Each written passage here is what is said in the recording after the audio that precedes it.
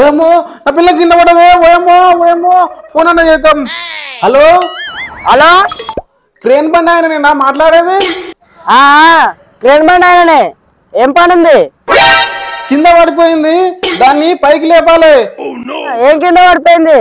ఏం లేపాలి? నీ దగ్గర ఎన్ని క్రేన్లు ఉన్నాయి? దాన్ని లేపాలంటే 2-3 క్రేన్లు కావాలి. ఏం కింద పడదు చెప్పాయా? ఎన్ని క్రేన్లు కావాలో నేను చెప్తా గానీ. అది కింద పడితేనే భూమి పక్క పడుతుంది.